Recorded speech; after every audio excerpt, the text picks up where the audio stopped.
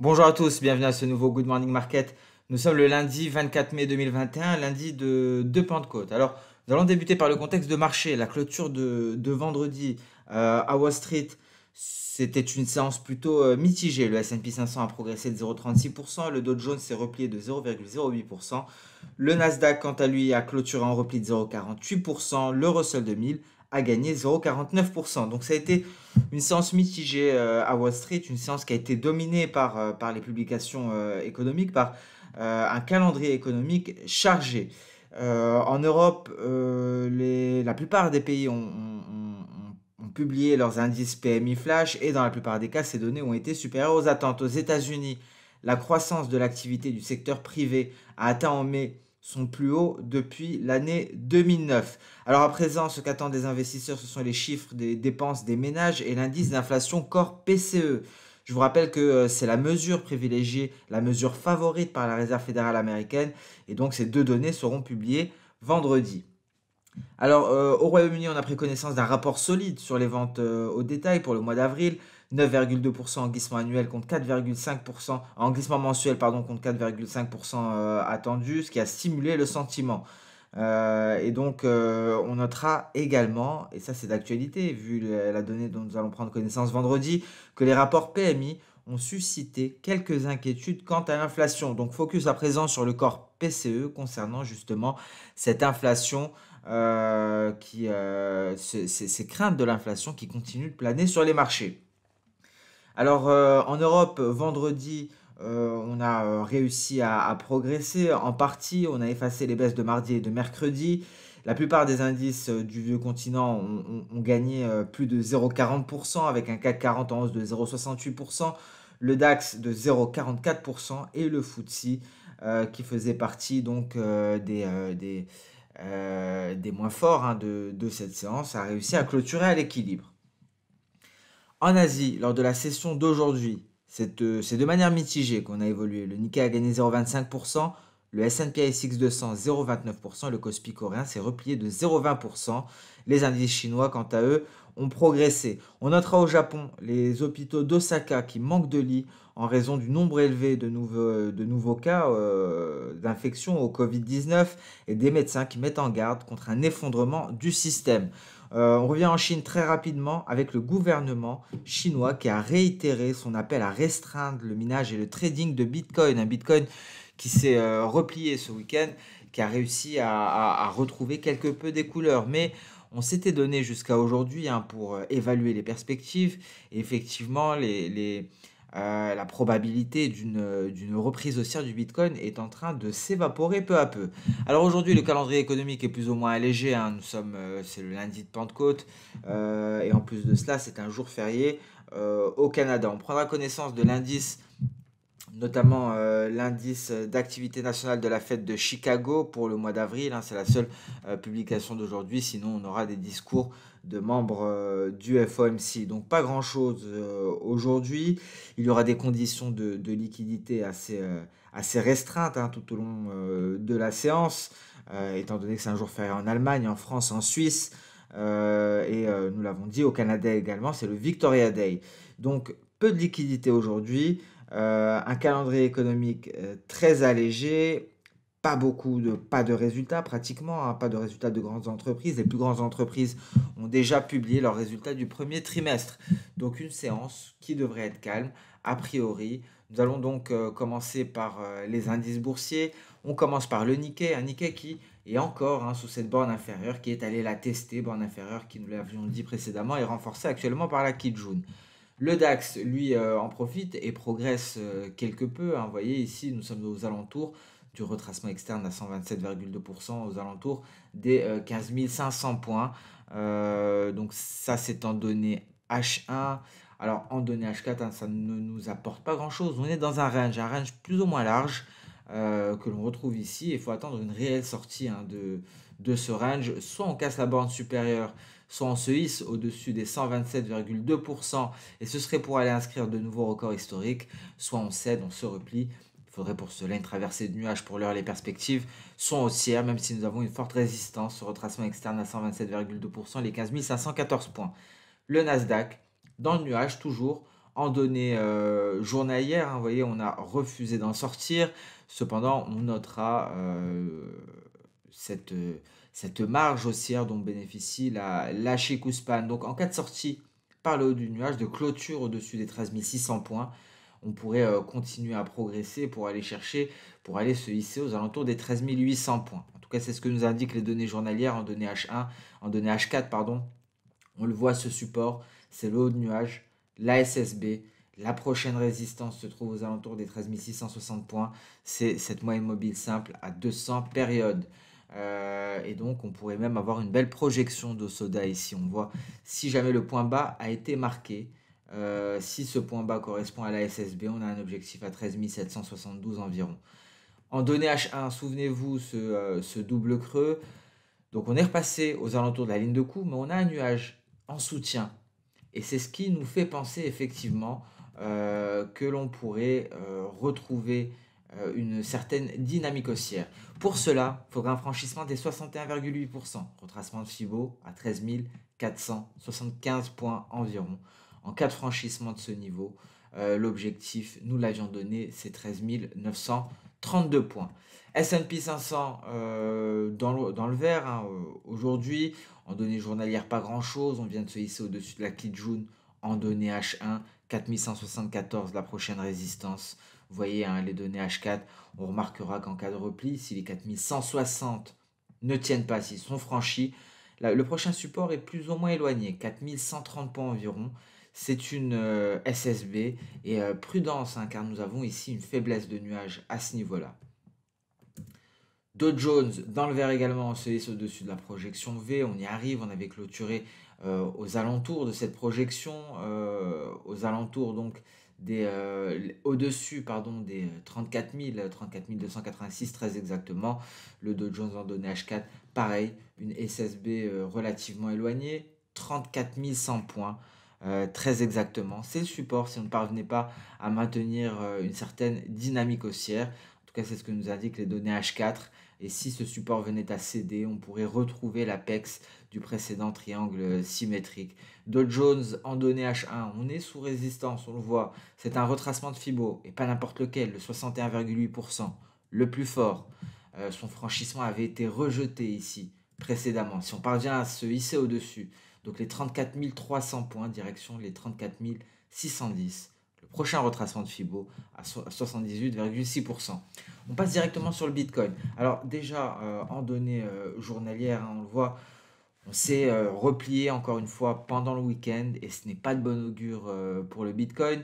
Ici, en données intraday, on avait parlé de ce nuage. Soit on parvenait à le franchir par cette faiblesse, soit on venait se placer en dessous et ce serait une grosse résistance. C'est le cas à l'heure actuelle et je pense que la Chine n'a pas arrangé les choses, hein, encore une fois. On va parler d'ailleurs des crypto-monnaies lors de la vidéo hebdomadaire. On va parler également du billet vert et bien sûr des données dont nous allons prendre connaissance ce vendredi. Ce sera publié en début d'après-midi. Mais ici, pour le moment, vous voyez comme certes, le Bitcoin retrouve des couleurs après le repli de ce week-end, mais nous avons une grosse résistance, 36 550 $. Après cela, il y a un nuage épais. Donc pour l'heure, on est en train de s'éloigner du scénario d'une reprise haussière sur le Bitcoin. Alors peut-être un approfondissement de la baisse. On reste extrêmement prudent sur ce marché-là. L'Ethereum également est sous pression. Et donc la probabilité d'une reprise haussière est en train on est en train de s'éloigner de ce scénario de reprise pour le moment sur le Bitcoin. Alors nous allons passer sur les matières premières, très intéressant. Le gold en données hebdo, vous voyez, on est en train d'ouvrir en dehors de notre nuage, 1882 $ l'once. Et un signal qui pourrait être validé très prochainement par la Chikou Span que je vais mettre ici en épaisseur maximale pour qu'on puisse la visionner, la voir en train de s'affranchir de ces derniers obstacles. Et ça, c'est la validation du signal d'achat Ishimoku. Le signal d'achat est là.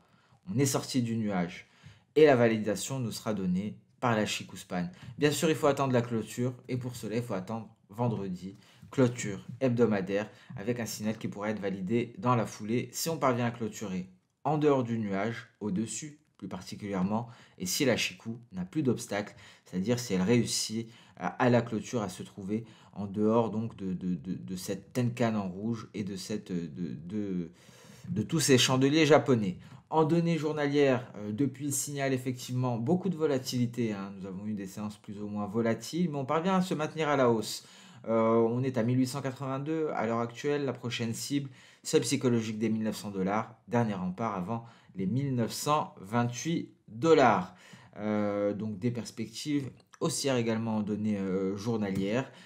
Ici, en données H4, hein, on a franchi les 1875. La prochaine cible, 1928, hein, c'est 127,2%.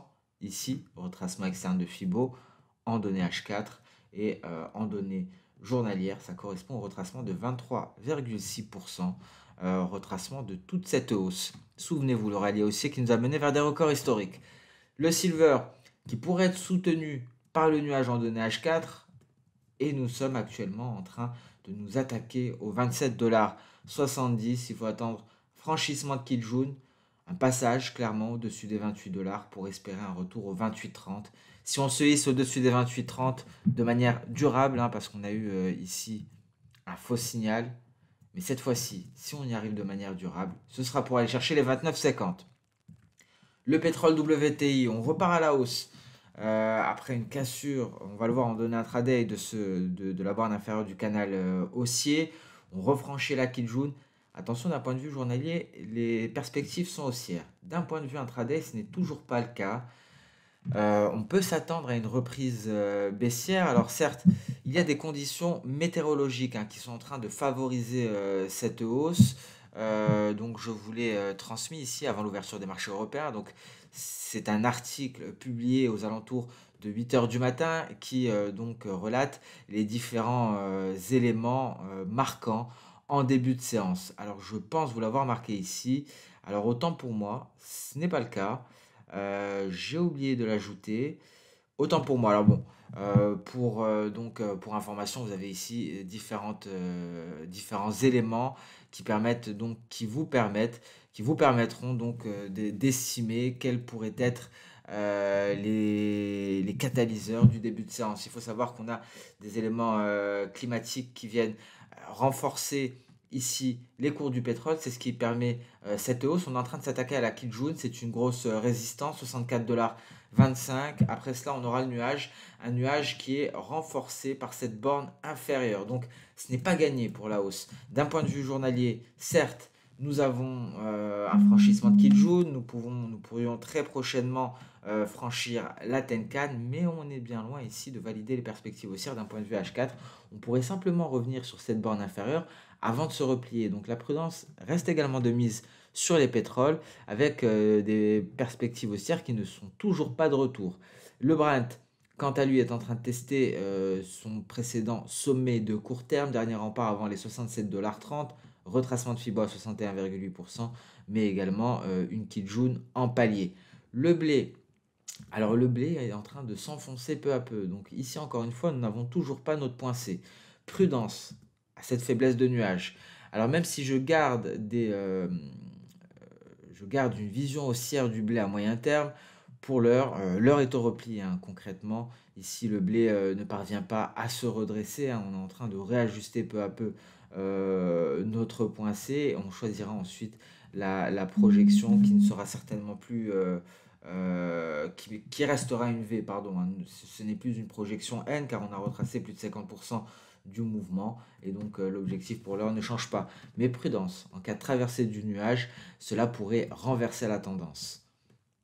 On le voit ici, hein, d'un point de vue H4, nous sommes en train de nous diriger vers le retracement de Fibonacci à 61,8%. On passe à présent sur le marché d'échange. Le billet vert, nous allons le détailler un peu plus tard. On le voit ici en données journalières. On est en train de se stabiliser sur support 89 900. C'est un précédent creux, hein. Ici, c'est le creux du 25 février. On se replie aujourd'hui. Pour le moment, hein, on se replie peu à peu, ce qui vient favoriser l'euro-dollar. L'euro-dollar qui, à l'image du billet vert, est coincé lui aussi. Le billet vert est coincé sur support. L'euro-dollar est coincé sous résistance, hein. Il faut attendre que l'on parvienne à se hisser au-dessus des 1,2230 pour espérer une reprise haussière avec pour cible les 1,2320. Alors d'un point de vue intraday, vous voyez ici le rejet du franchissement de cette résistance à 2 reprises. La prochaine fois sera peut-être la bonne. En tout cas, pour l'heure, ne s'attend pas énormément de volatilité aujourd'hui, hein, que ce soit sur les indices ou sur le marché des changes. Alors, très intéressant, ce qui est très intéressant, c'est le GBP-USD. Souvenez-vous de ce scénario que nous avions imaginé, si je puis dire, vendredi. Un scénario qui pourrait se réaliser finalement. On a encore échoué au franchissement de la zone de la résistance à 1,4210. On s'est replié, donc peut-être un double sommet ici avec pour ligne de coup les 1,3685.